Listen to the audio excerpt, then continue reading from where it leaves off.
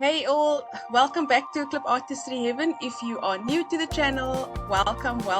If you are a returning viewer, thank you so much and welcome back to you. So Clip Artistry Heaven is all about creating clip art, selling it on platforms like Etsy or your private website. I speak about the products that I create, the systems and the tools, the software that I use, and as well as the processes that I apply to have a well-run business operation. So my name is Lucille. If it's your first time here and you are looking to maybe learn how to set up your own digital business or need some help, tips, tricks to get you started, then you are in the right place. If you could, please consider subscribing to my channel. It helps the algorithms to push out my content, and also you will be notified the next time I release a video. So today we're going to add on to the Creative Tool App Library, which is a tool that I created last year for Canva designers such as myself. If you're anything like me, you can get pretty overwhelmed with all the releases and the new apps that Canva sort of publishes on a weekly, monthly basis. I find it extremely overwhelming, and I'm sure there's a lot that I don't know in terms of the app usage within Canva. But what I have gone and done was to create this Creative Tool App Library, which you are seeing on my screen. I'll just make myself a little bit smaller. And basically what it is, it's a consolidated, centralized sheet of all the apps that I can find or that I use in my business, and I have basically plotted it on a spreadsheet. I've given it an app name, or I've taken the app name, I've explained the purpose. I also tell you whether it's free or the paid, or if it's a paid feature. Is it all Canva users that can use it, meaning the free and the paid pro users? The status is just basically keeping me in check to make sure that, as and when I do a video, a tutorial on a particular video, that I've done it and I know it's done. Further along, you've got the workflow. Who would ideally be working with it? Is it the copywriters? Is it is it for fashion? Is it for social media, etc.? So I just give you an idea what the app or where the app could be used in your entire process. Best for adding photo frames, gradient effects, etc.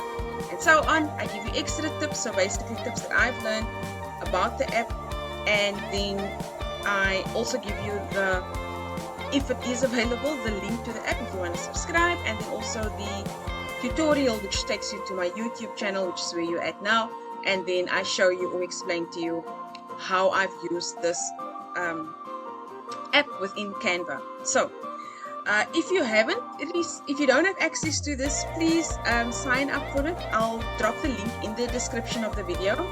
Also on top here you will see there's a free gift, so if you could click on it, sign up, join my Facebook group. It's a growing community of like-minded individuals, and we all share the same passion, that is creating digital art with AI.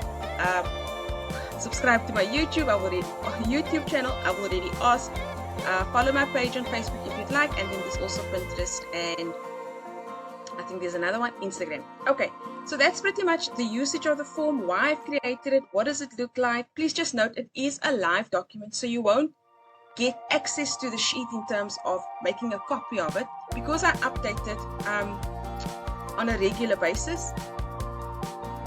It will constantly be updated with either apps going down the rows, or it would be that I've updated a video tutorial with a link.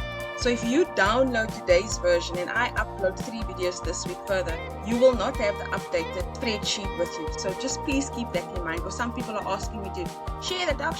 It's not a shared doc, it's a live document. So keep the link, click on it, and when I let you know via email that I've updated it, or via the private Facebook community, if I let you know, new tutorial, you can go to the sheet and then click on the link and then go watch the video for yourself. So with all of that out of the way, let's head into Canva. And today, before I go over, today we will be working on, I'll show you how the gradient generator works. It's something that I do use and always interested, and I love the fact that we can do gradients. So I thought I'll just make a video. It's on the list, so let's just tick one of them off the checklist. If you head into Canva, there's two ways to get to it. So you can go to apps. If you're in your work screen, where your canvas is, you can click on apps, and then you can type in gradient, and it's gradient generator. The other way of doing it is if you are home, if you're on your home screen, sorry, let's go there. I'll go back there.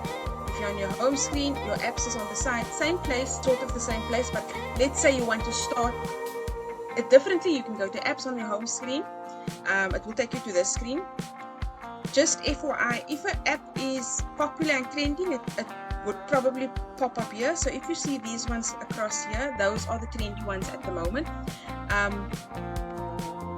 So you can type in gradient over here, click on it, and click on gradient. It will ask you whether you want to use an existing design or use a new design. I'm not going to go this way because I've prepared my hex codes on the previous option of getting to it. I'm just going to go back. Okay, so this is where I want to be. So let's say you are in your existing design. You can go to apps,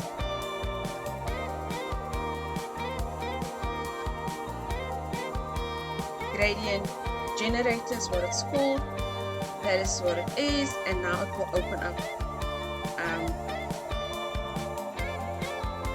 It will open up the gradient for you. Now, what you need to remember here, as you start, it will just give you a random gradient. Okay, every time I start, I get a different color palette that's in front of me. You would want to, before you do anything else, you would want to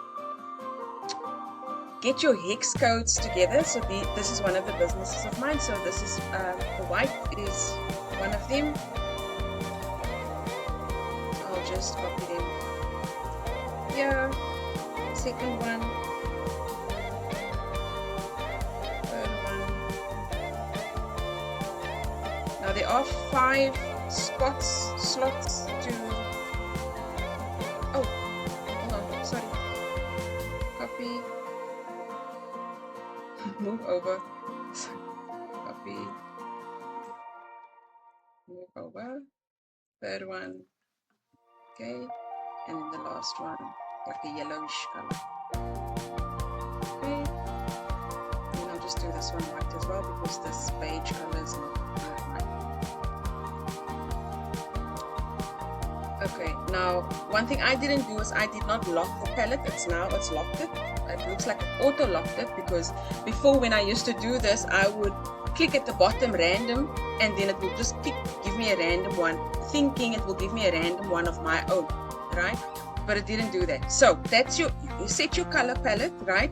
Lock your color palette. Now this is supposed to be a gradient, you just can't see it. I'm not happy with that, so I will just randomize it again, and now it's giving me a different color palette style. If you're happy with that, you can add it to design. We'll pull it over to your design.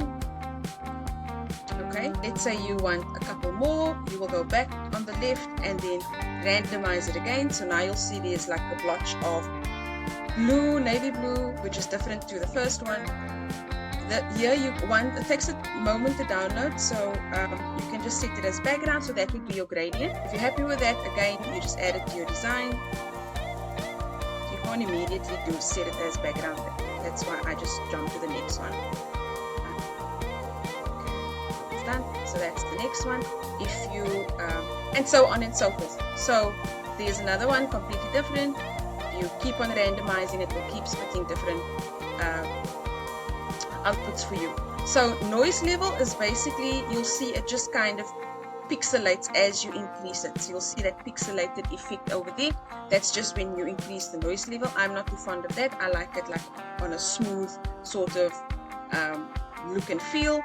And that's really the long and short of it. So why do people use gradients? Like if you want to just spice up, I think, your social media templates, designs, etc. So let's say I'm going to do an Instagram post, and like if you want to do something coming soon, okay, and then let's go back.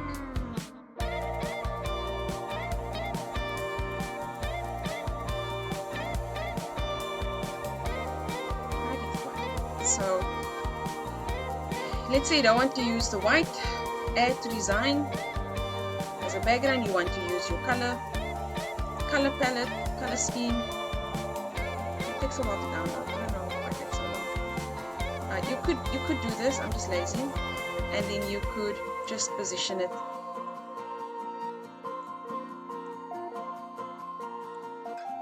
So that looks much nicer, in my opinion, than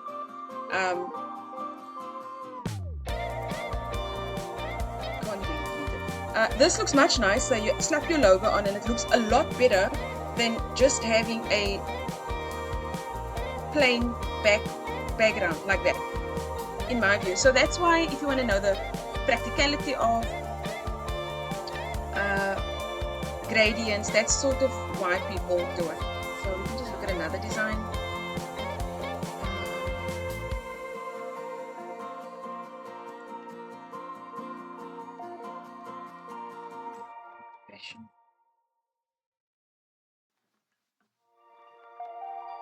Okay, let's see here. Let's take it out, and then let's use something like this. Okay, back to gradient, maybe randomize. This is nice.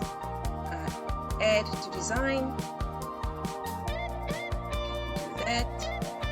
You can also layer this way, send to the back. But you're gonna have to do that a couple of times. That's why I don't like this way. So I like this way, then I can see what's going on. And then here is my gradient right at the back. So this is what the use is or purpose is of gradients. If you want to spice up your designs, you don't just want the plain standard white or one monotone background, and you want to bring your branding and your color in a bit more, that's available to you. So I hope this has helped you with gradients. If you've got any questions, let me know. I'll happily answer them in the comment section. Thank you for watching, and I will see you on the next one.